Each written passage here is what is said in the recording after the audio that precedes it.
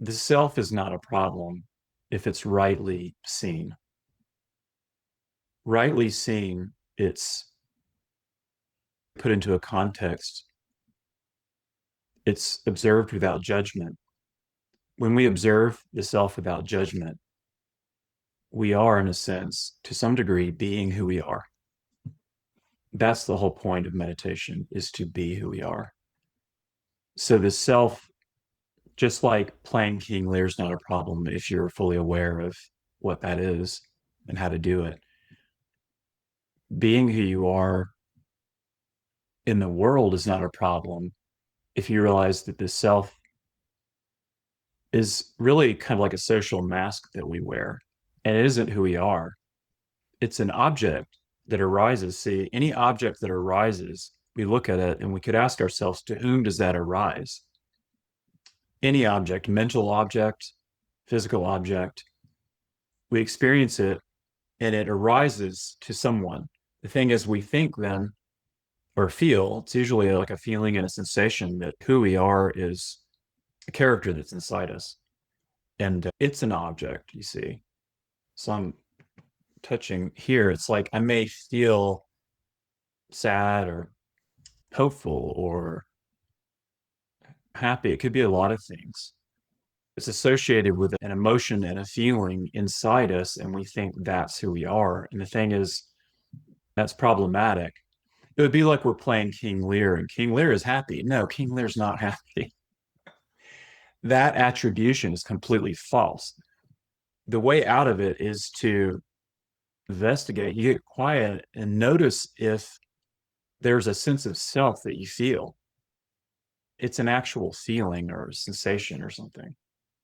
Like if people praise me, I'm happy. If people put me down, I'm sad. But the I that's happy or put down by actions of others, that's ego based because it's dependent on these things happening or not happening. And that's how we live. We try to achieve success and be big, happy ego. Its nature is it'll cycle and it'll crash at some point. You're doing great in the stock market and everything's coming up roses, and then the next day crashes and you want to jump out a window. And no, don't do that, by the way. I don't recommend it at all. All you have to do is look at the prevalence of suicide and see that people are at their wits' end with this. So if you have that feeling of self that I'm talking about that's ego based, you get quiet and then it's like you step back. So the feeling, let's say the feeling's here, and then it's like you're stepping back and you're looking at it. Now it's an object, it's a feeling. It could be a thought, feeling, sensation. It's some combination of those. But let's say it's a feeling or a sensation just to keep it simple. Joe is sad. I'm making this up. Joe is sad. And Joe says, I'm sad. His character, he assumes he's his character. He says, I'm sad, and he feels it. Well, there's my evidence that I'm sad. And, time to start drinking and hit the skids or do stupid things to try to forget about this existential despair because I'm clinging to a falsehood. So the feeling, if Joe could just look at it again as awareness, not as Joe. Joe's a figment. Joe is part of what's being observed, you see. As awareness, he'd look at the feeling. The question then is, to whom does that arise? There's always someone, or even better, something to which the object arises. It arises to awareness. So anything, any experience you have, any thought, feeling, sensation, it could be something remembered from the past, it could be anticipations of the future, it could be just a sense experience that's happening.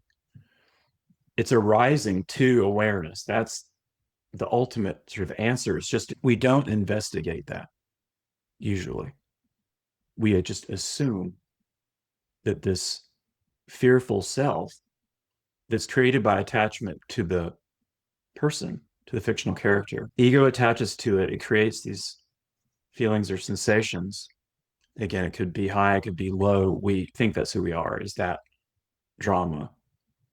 Notice that if it's going on, usually if we're having a great time and we're getting the job promotions and people think we're great, why stop that? Why investigate that? That's fun times, right? But then it goes back down at some point, it crashes. And we usually become more introspective when that happens. Either way, notice that, the feeling, and just ask yourself, to whom does this arise? And by say this, I mean the feeling. And what you'll notice is you're the one that's aware. The awareness is always there. When you were 3 years old, it was awareness. 10 years from now, awareness. Right now, awareness. Eternal, unchanging, pure consciousness. And it illuminates these objects that we're talking about, but it is not the same as those objects any more than the light that's hitting my hand is my hand. No, the light is revealing the hand. It's completely separate. So as that light, we can illuminate our lives. And then, just like a light in a room or in any environment, you can see your way around. So people may have the question, well, what do I do with my life? What's the next thing? What do I do? It's kind of like asking, what's King Lear going to do? It's the conditioned structure. So King Lear is a set of instructions. It's a script. And ego is like that, where there's a certain script. Like when people describe you, again, you could write it on a sheet of paper. What is Joe like? Well, nice guy, but he can be a jerk sometimes. Everyone has a certain flavor, certain set of qualities of the personality and so on. Basically, you get locked into that deterministic structure of self to the degree that you're attached to it. And again, ego is attachment to belief in that as who you are. So it limits you greatly. How many movies have we seen where a character, again, it's interesting, get the popcorn. Oh, what's going to happen to Joe? Well, he's going down the tubes. Let's see how that happens. And it's usually because he has blind spots in his psyche. He acts in ways that go against his self-interest.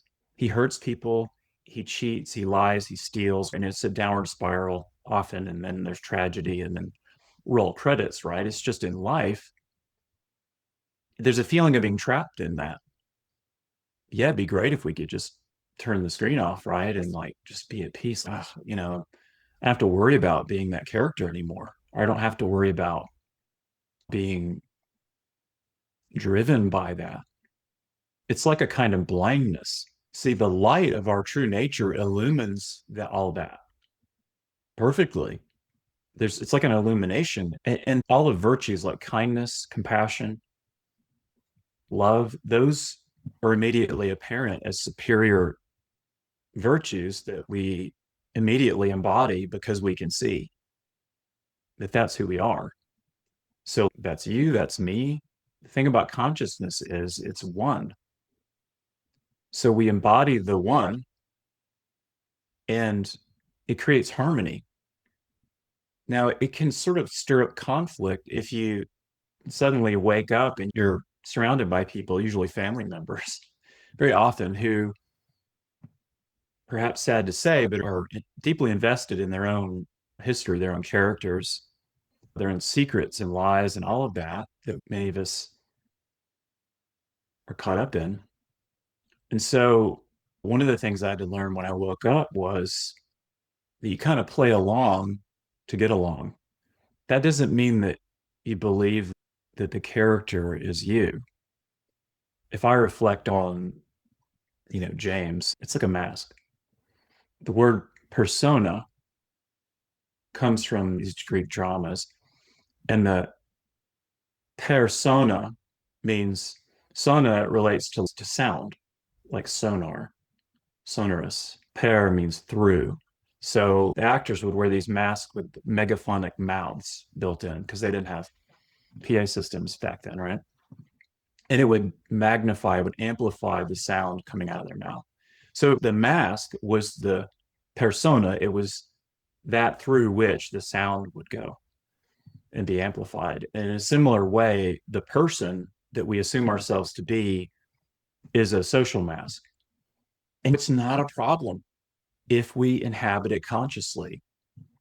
And to inhabit it consciously means to basically know that it's not who we are. But it's not a mental knowing like a grasping, because that's just another object. It's to be aware. And that awareness that we are simply sees it. Just like a light, you raise the light, it just shows you what's there. You become more aware, practice meditation. It illuminates these things I'm talking about so that they're just, in a sense, they're seen.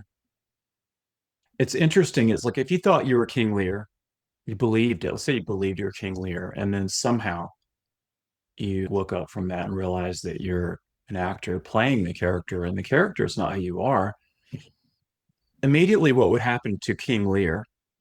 See, previously he seemed very solid.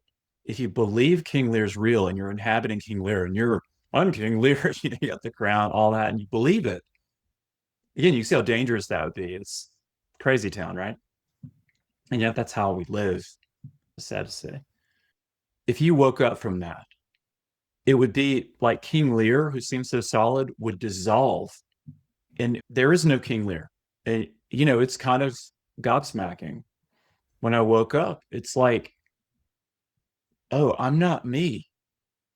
See, that could sound crazy. I could almost imagine a psychologist, a very traditional one, perhaps, someone who's stuck in the past or whatever. But like a psychologist hearing that, and if I say, "Oh, I'm not me," and that's a realization, think, that's dissociative personality disorder or something. I don't know what to call it.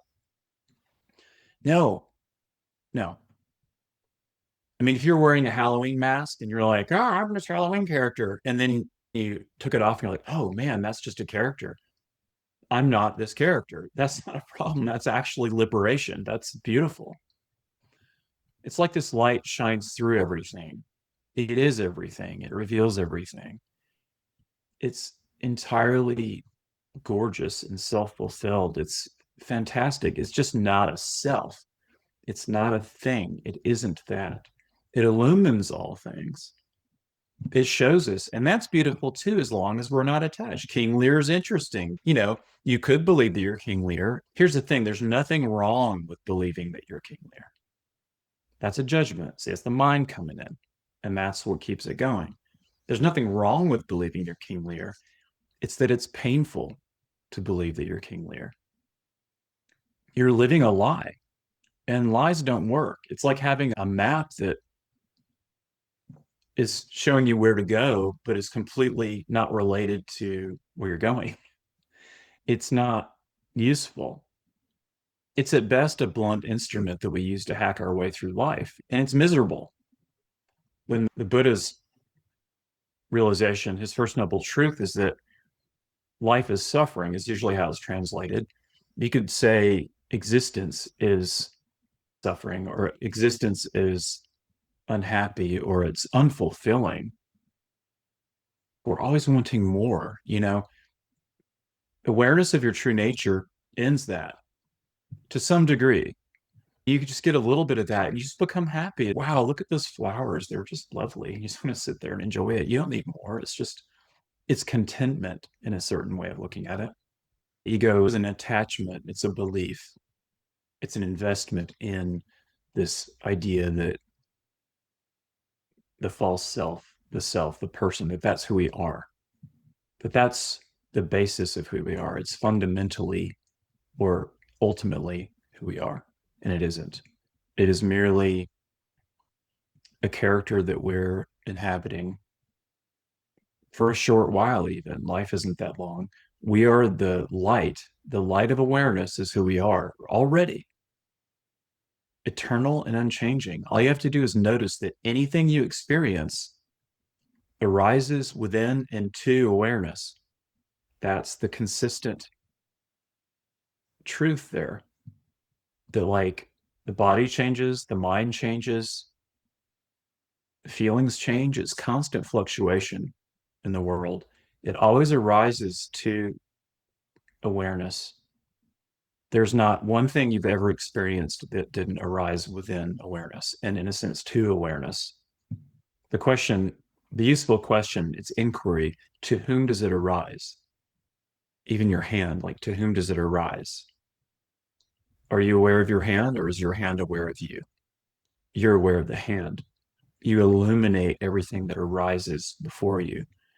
So the way to embody that, the way to make this real for you and to reap the benefits is to practice. The practice is very simply non-judgmental awareness. So that's the heart of meditation. So thoughts arise, you notice them without judgment. And if judgments arise, which they often will, notice that, notice those. That non-judgmental noticing liberates you. It may appear to take time, but all that's happening is you're revealing the truth of who you actually are, and it deepens and it grows. And then living that is or can be a challenge because people expect you to behave in certain scripted ways, especially family members. Like, what's gotten into you? You're not yourself. It's like, yeah, thank you. Thanks for noticing. Yeah, I mean, light is illuminating my hand, but if I take the hand away, it's invisible space. The teacher Joel Goldsmith, an early influence for me, and highly recommend it. His book, The Art of Meditation, is a very good place to start. What he called God, and I use air quotes because there's so many different conceptions of what that word refers to, but it basically refers to absolute truth, whatever it is that's eternal and unchanging. He called it the infinite invisible. It is like a light that illumines. It, in a sense, is invisible. Its nature is utter peacefulness and stillness. I would say depth, but if I really go there to describe it, I just want to sink into it and the words will stop because it's incredibly satisfying to connect with that. King Lear has problems. If you've ever seen the play, it doesn't end well. You don't have any problems. As awareness, as the light of awareness, already, you don't have any problems. It's realizing that I am. And the I that I am is eternal and unchanging, not static, just unborn, undying, perfect, free, happy, witnessing all of this phantasmagoria passing by, all this drama, scripted character, who lives among other scripted characters. Enjoy it. And again, the way to enjoy it is to realize that it isn't who you are, it is what's being illuminated by you as awareness. So you are that. It is like a light. You'll see people who would come at you and try to fool you, perhaps use you, manipulate you. You'll see them coming from a million miles away because it illuminates that. It's a certain kind of darkness that people dwell in, which is like an ego is an attachment to a character. So if you're attached to your character, it makes you at least partially blind and you just go with the script that you were given. And it's not very intelligent, all things considered. And there are people, charlatans, they're just regular folks who, in a certain diabolical sense, will exploit your blind spots and take advantage of you. And again, it's sad to say, but it's true. And like when I woke up, I pretty much immediately noticed that. And that you'll see people, it's like there are people that can fool King Lear, but they can't fool you. See, King Lear has blind spots. He can be flattered. That's part of what happens in that play is that he has three daughters and he wants to divide his kingdom, or I forget the exact story, but they want his inheritance. The one that really loves him, the youngest one, just tells him the truth. She basically said, as I recall, she basically says, yeah, you're a fool. And it's true. And he didn't want to hear it because it doesn't jibe with his ego. That could totally work for him if he could take it in and see it and realize it and wake up to that. But the older two flatter him and tell him, oh, you're the most wise and beneficent. And his ego just puffs. And he ends up casting out the youngest one who told him the truth. And it ends in terrible tragedy. because the older two, they take advantage of him. They steal his kingdom and kick him out. And he's this homeless guy wandering around. And man, what a story. That's the thing about Shakespeare. I'm not a Shakespeare scholar, but I know enough about that story and to be moved by it, and that it's love that really matters. And if someone loves you, truly loves you, they will tell you the truth, even if it's unflattering, especially if it is. It's what you need to hear. And yeah, there's a way to do that. There's a kind and loving way to do that. The ego hides in lies. It's the shadows, the dark places. Awareness illuminates that. The shadows have nowhere to go. They disappear, and it just reveals people in their nakedness, you might say, the machinations, the diabolical intrigues, and so on is completely exposed, especially yours. What you need is just to see it's like, what am I doing? How am I deceiving myself? One of the images I have of the ego, it's an activity that causes suffering, this attachment to a false self. And it really is like you've got a fork, you're forking yourself in the ass with it, and it hurts really bad. And the tendency is just to drive it deeper because that's all you know. Like, ow, oh, why is my life so terrible? And sometimes it numbs out. People flatter you and, hey, maybe it's okay. But there's always that fork. When you realize what you're doing, you just stop doing it. Pull the fork out. Fork's gone, drop it. It's wonderful. It's peaceful. It's happy. So it's really practical in that way. The question, what do I do? Oh, should I take this job? Should I trust this person? Things like that. If you practice meditation in the way I'm saying, just non-judgmental awareness, and you become more aware, more awake, you'll be more likely to spot these things, these dangers, blind spots. And the nature of it is such that if you don't, it'll just kind of keep happening over and over. It's pretty typical for people to attract the same kind of relationship over and over again until they see it's something in you that needs to be seen. And so you're attracting this particular kind of person. And it's usually someone who, again, tries to take advantage of you in some way, because that's what ego does. It compares and it wants to stay up here. It wants to be bigger or higher or greater. That's its only way of feeling good about itself. And it's tragic.